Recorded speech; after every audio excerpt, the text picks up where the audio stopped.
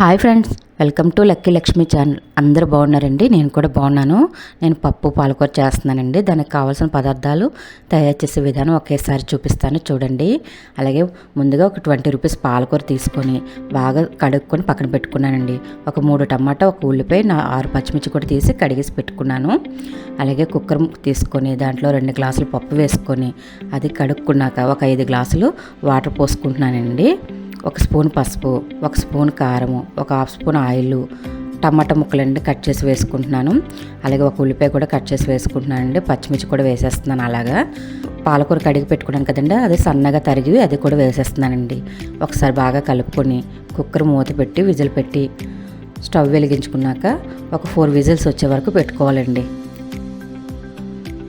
ఇదిగోండి చల్లారాక ఒకసారి మూత తీసుకొని గరిటె తీసుకొని బాగా కలిపేసుకోవాలండి. ఒకసారి పప్పును బాగా అలా మెదుపుకున్నాక ఇప్పుడు ఒక రెమ్మ చింతపండు అండి, చిన్న సైజు ఉసిరిగా ఎంత చింతపండు అండి, అది కూడా కడిగి వేసుకుంటున్నాను. రుచికి తగ్గ సాల్ట్ కూడా వేసి మరొకసారి కుక్కర్ మూత పెట్టి విజిల్ పెట్టుకుంటున్నానండి. 1 విజిల్ వస్తే సరిపోద్దండి.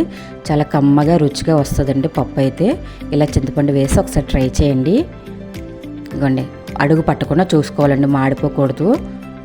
మాడిపోతే టేస్ట్ మారిపోతుందండి. ఇప్పుడు స్టవ్ వెలిగించుకున్నాక చిన్న కళాయి పెట్టుకుని ఒక 4 స్పూన్ల ఆయిల్, 1 స్పూన్ నెయ్యి వేసానండి.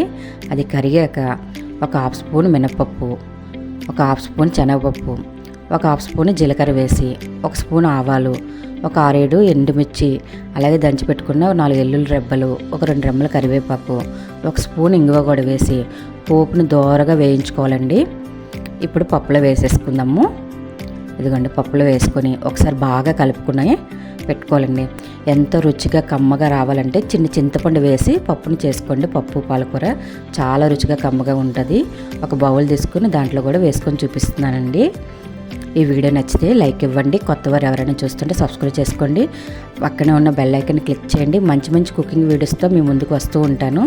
ఇదిగోండి, ఎంతో రుచిగా కమ్మగా ఉండే పప్పు పాలకూర మీరు కూడా ఒకసారి ట్రై చేసి ఎలాగొచ్చిందో కామెంట్ చేయండి. Bye friends.